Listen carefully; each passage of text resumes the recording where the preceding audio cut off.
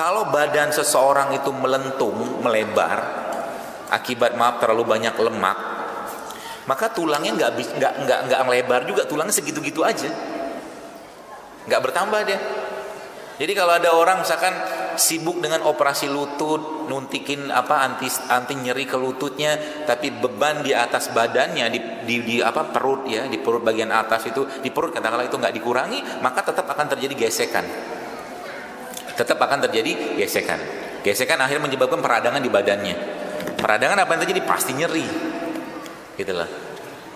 Dan yang jadi masalah adalah di kalangan perempuan. Perempuan itu ya kalau saya katakan, ketika banyak dari mereka yang memakan makanan yang tidak sehat, ya, kemudian makanan-makanan tadi, bos sekalian,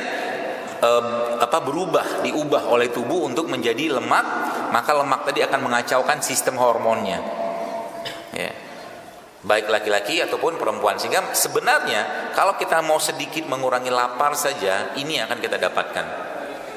Ya, kita mengurangi lapar. Dan Nabi SAW juga sudah mencontohkan. Rasulullah SAW memberikan pedoman kepada kita bahwa Nabi itu pernah kenyang nggak? Coba Anda baca. Gak pernah Nabi itu kenyang. Nabi tidak pernah kenyang. Maka ketika seseorang itu, Bapak sekalian, mengurangi makannya, maka ada beberapa hal yang akan dia dapatkan. Pertama, body fatnya dia, lemak badannya pasti akan turun. Itu yang pertama.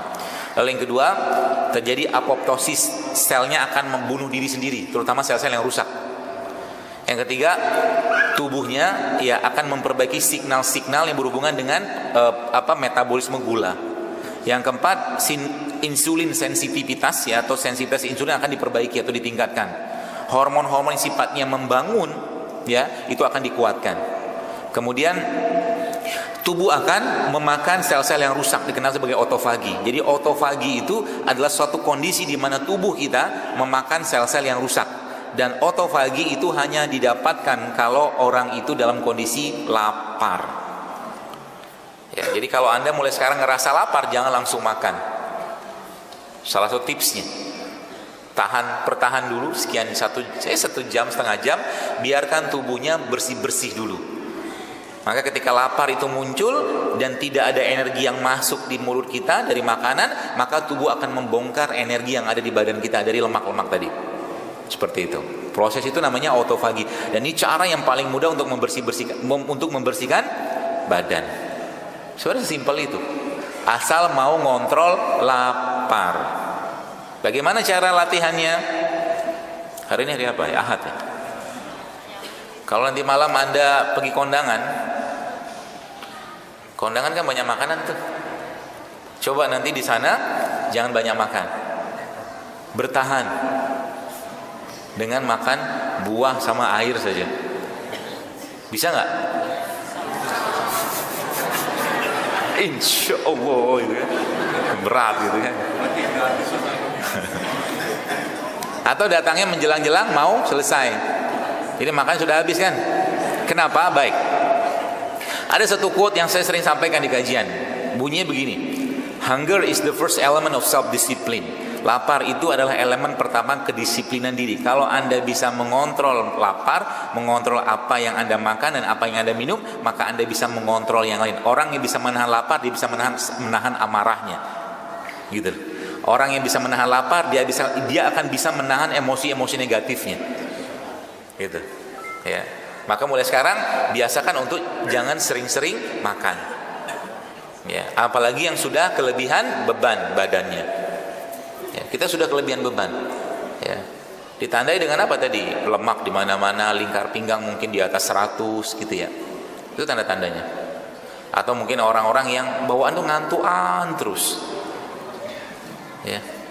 Dikit-dikit ngantuk, pagi ngantuk, siang ngantuk, sore ngantuk.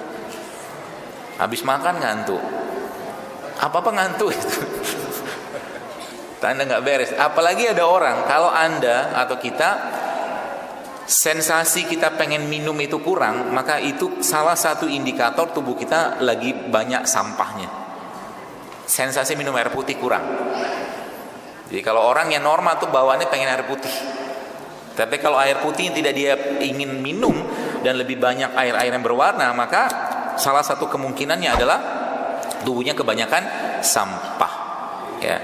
Nah, nanti kita akan lihat bagaimana cara memperbaikinya. Ya. Jadi bagaimana cara memperbaiki itu semua, sehingga nanti Bapak sekalian sebenarnya urusan kesehatan itu, ya, itu gampang sebenarnya. Ya, asal kita ngerti apa yang kita makan dan kita minum tiap hari, sehingga nanti dari situ dari situ kita akan bisa belajar, ya, bahwa ternyata kayak misalkan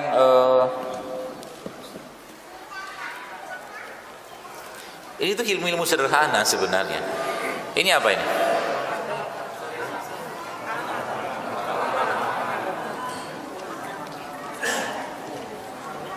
Iya, ini akar alang-alang. Bentuknya kan kayak saluran gitu kan. Gitu. Di zaman-zaman dulu ya, di zaman-zaman dulu tuh Allah mengajarkan kepada manusia itu kan karena dulu nggak ada teknologi. Ya. Dia bentuknya seperti pipa, bentuknya seperti saluran. Ya, maka akar alang-alang ini merupakan salah satu tumbuhan ciptaan Allah yang bisa kita pergunakan untuk membersihkan saluran kemih. Ya, begitu caranya belajar. Itu saya katakan. Di mana kita lihat nanti Bapak sekalian, di situ akan dilihat tanda-tanda kebesaran Allah. Apalagi misalkan, kalau Anda lihat ini apa? Bapak-bapak nggak tahu, taunya makan jadi doang. Ya, taunya jadinya rawon gitu kan, udah jadi. Rawon tuh sehat nggak sih? Sehat nggak rawon? Ini saya tanya beneran loh. Rawon sehat nggak? Sehat. Tapi ada tapinya. Kalau makan rawon, dagingnya jangan banyak-banyak. Banyakin togenya. Banyakin daun bawangnya atau daun selerinya kalau ada. Dagingnya dikit aja. Sehingga nanti kan rawon itu kan isinya kan ada keluar kan itu kan. Kemudian ada lengkuas, mungkin ada jahe segala macam. Itu kan bumbu semua itu.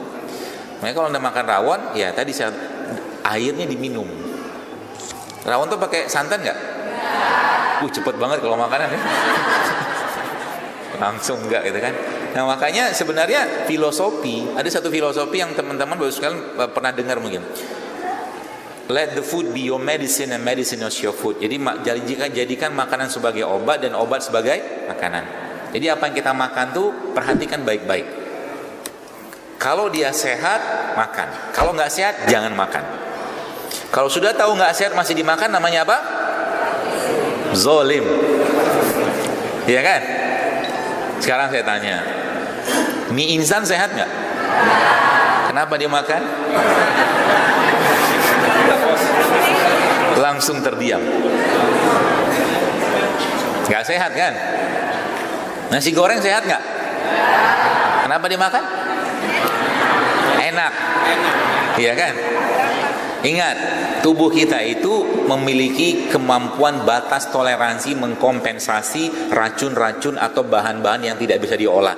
Kalau dia sudah banyak ngomel, dia sudah banyak ngeluh dengan keluhan-keluhan, artinya tubuh kita sudah terlalu banyak sampah-sampah dari makanan yang tidak terurai. Apalagi orangnya jarang makan buah, jarang makan sayur, jarang puasa, jarang minum air putih. Dan kebanyakan orang kayak begitu kan? Sehingga apa? Sehingga badannya mengeluh terus sebenarnya. Padahal kalau kita mengubah sedikit pola makan kita, itu luar biasa efeknya. Sedikit aja ngubah. Pagi-pagi Anda, atau sarapan di sini, sarapan orang Surabaya apa? Pecel. Pecel sehat nggak? Oh iya, cepat kalau itu. Pecel sehat, tapi jangan pakai nasi. Lebih sehat, saya ajarin bikin pecel yang sehat. Saya ajarin bikin pecel yang sehat. Nanti kalau Anda mau bikin pecel, kacangnya diganti kacang almond. Kenapa huha-huha? Kenapa? Mahal. Baik, saya ajarin ilmu mahalnya. Saya kalau kayak saya membuang kata mahal ke tong sampah. Itu kalau saya. Tidak ada kamus mahal di saya.